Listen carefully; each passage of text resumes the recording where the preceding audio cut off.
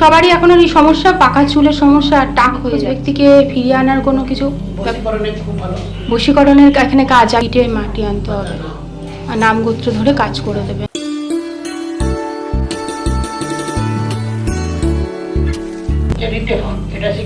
হ্যাঁ, শিকাকায় আমরা রিটে ফল এগুলো চুলে লাগালে চুলের গোড়া শক্ত হয়, চুলের ডগ দুটো ভাগ হয় না, চুল মোটা হয়।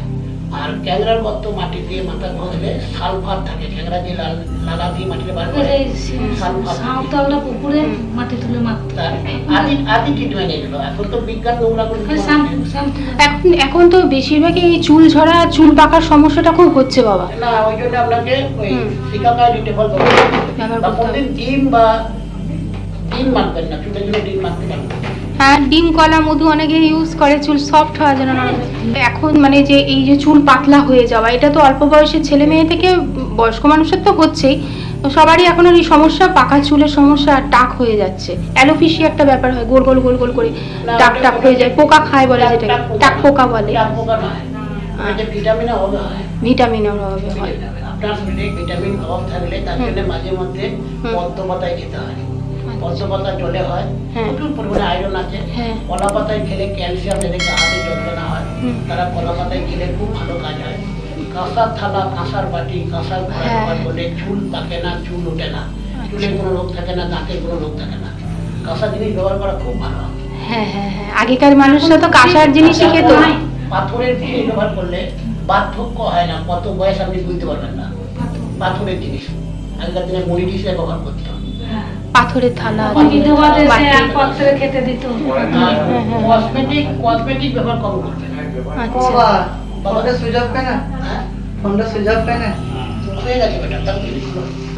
লাল পাকা টমেটো মেটে মাখবেন, আপনাকে 10টা মেয়ে জিজ্ঞেস করে দিদি আপনি কি মেখেছেন। পাকা পেঁপে মাখবেন, খুব ভালো। কোনো সাইড টক দই, সোয়াগা, শাঁকের গুঁড়ো, শ্বেত চন্দন, বেসন। সত্যি আয়ুর্বেদিক জিনিসটা আমরা হারিয়ে ফেলি, যে চটজলদি বাজার জিনিসগুলো পেয়ে যাচ্ছি, তাড়াতাড়ি হয়ে যাচ্ছে। খোলা মাখলে খুব ভালো, শসার খোলা মাখলে খুব ভালো, আলু খোলাও মাখা যায়, মুখে মাখা যায় খুব ভালো।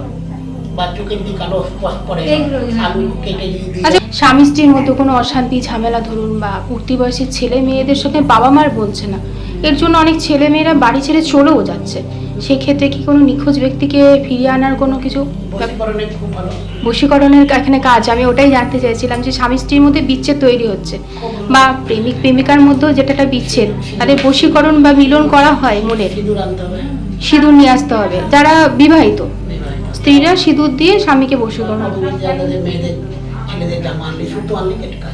আচ্ছা, সুতো জামা, যোগাযোগই নেই, ধরে রাখুন স্বামী স্ত্রীর মধ্যে কোনো মাঙ্গলিক দশা কাটাতে হবে, সেটা প্রেমিক প্রেমিকার ক্ষেত্রেও হয়ে যাবে। আচ্ছা আচ্ছা, সেভাবে কাজ করা হয় বশীকরণের ক্ষেত্রে। বললাম নিখোঁজ ব্যক্তি, সেটা তাকেও আনা যাবে, ভিটে মাটি আনতে হবে, আর নাম গোত্র ধরে কাজ করে দেবে।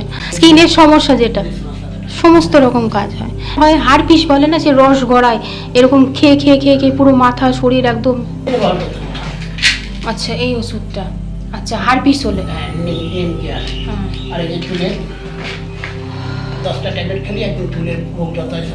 আচ্ছা, এটা চুলের গোড়াটা শক্ত হবে, খুশকির ক্ষেত্রেও এটা কাজ হবে, সব রকম সমাধান চুলে।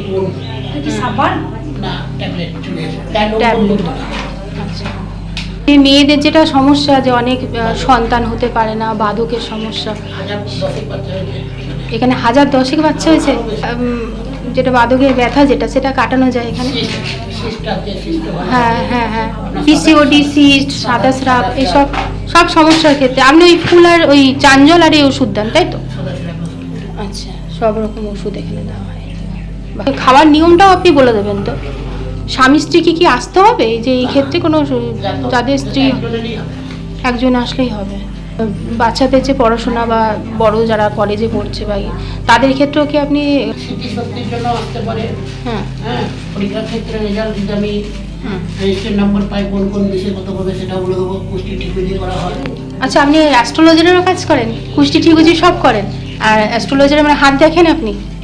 সব কাজ করি, আপনাকে পরিচয় দেবো, আস্তে আস্তে সব পাবেন, আপনি আসুন দেখুন। আচ্ছা আচ্ছা, সত্যি সেটাও বিনামূল্যে? সবকিছু বিনামূল্যে? এত এত ভালো পরিষেবা দিচ্ছেন আপনি? মানে ভক্তদের সমস্ত বিনামূল্যে পুরো কাজ করছে। ভগবান করছে, আমি করছি। অবশ্যই অবশ্যই আপনাকে দিয়ে করাচ্ছে, অবশ্যই বাবা তারকনাথ আপনাকে দিয়ে করিয়ে নিচ্ছে। আমার একটা ডিউটি। আচ্ছা একটু মানে আপনাকে যদি কেউ ফোন করে দূর থেকে, ফোনে কাজ হবে, তার ভালো করে বাস্তব যা বলতে যে কিছু ফোনগুলো বলতে হবে, লোকটা সঠিক বলতে কাছে আসা, দূরে থাকাটা ডেট অফ বার্থ বললেও কাজ হবে। তার না এখনকার মানুষ কি হয় যে আসতে চায় না মন্দিরে, বলে আমি ফোনেই সমস্ত কাজ করবো, ডেট অফ বার্থের কাজ হবে, আমরা অনলাইনে মাল পাঠিয়ে দিই। অনলাইনেও মাল পাঠিয়ে দেবে।